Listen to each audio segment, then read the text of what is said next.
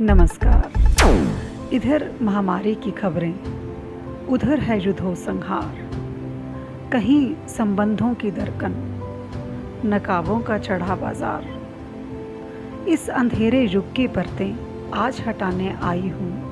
मैं किरण हूँ उम्मीदों की, दिया जलाने आई हूँ। मैं हूँ एक प्रोफेसर, रिसर्चर और ब्रॉडकास्टर। चाहती हूँ समानता हो जहाँ में, ना कोई भेद हो वर्ण में, धर्म में, न लिंग में। बातें होंगी आप सबसे नई, कुछ बातों का मतलब, कुछ मतलब की बातें। क्या मतलब? There is no greater pillar of stability than a strong, free and educated woman. Angelina Jolie की इस थॉट के साथ मैं उम्मीद की किरण आपके लिए हाजिर हूँ अपने पॉडकास्ट का पहला एपिसोड लेकर। कहते हैं जो हम आज हैं वो हम हमारे पुराने अनुभवों और माहौल का नतीजा होते हैं। इसलिए किसी के बारे में भी जानने के लिए उसके अतीत को जानना बहुत मायने रखता है। मैं एक प्रोफेसर हूँ, तो अक्सर स्टूडेंट्स पूछते हैं, खासकर गर्ल स्टूडेंट्स, कि आप इतनी स्ट्रॉन्ग, इंडिपेंडेंट और फेयरलेस कैसे हैं? और सही मायने में कहूँ तो पूछते हैं आप इतनी दबंग कैसे हैं? तो मुझे लगा कि अपने छात्रों के इस प्रश्न का उत्तर अपने श्रोताओं को भी बताया जाए, जो मैं अक्सर उन्हें क्लास में बताती हूँ, और इस पॉडकास्ट के ज़रिए अपनी कहानी शुरू की जाए।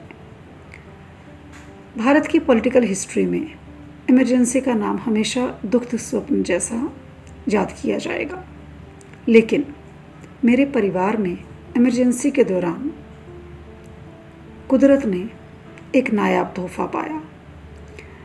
मेरे माता पिता को 2 बेटों के बाद एक तीसरा बच्चा मिला, एक बेटी के रूप में।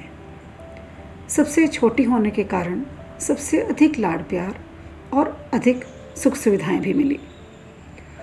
अपने बचपन का पहला किस्सा और लम्हा जो मुझे याद आता है वो ये कि मैं 3 साल की उम्र से अपने पिताजी, जो कि एक डॉक्टर हैं, उनके साथ क्लिनिक पर चली जाती थी।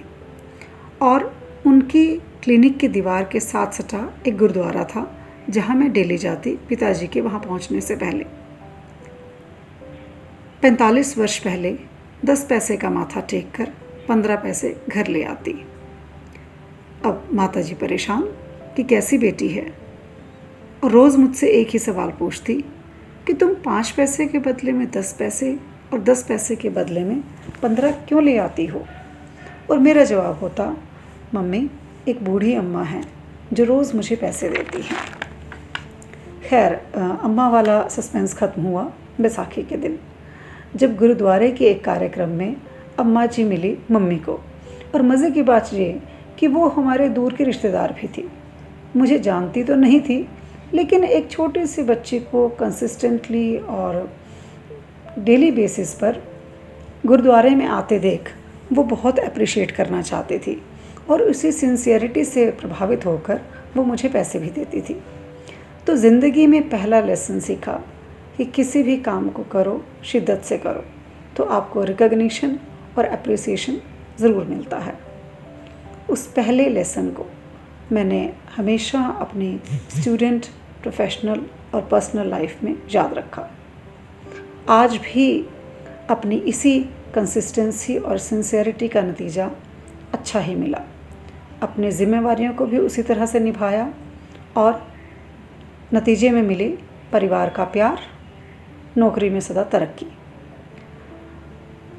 तो दोस्तों, मिलेंगे अगले एपिसोड में अपने जीवन की कुछ और यादों के साथ, कुछ और लेसन जो ज़िंदगी में सीखे। नमस्कार।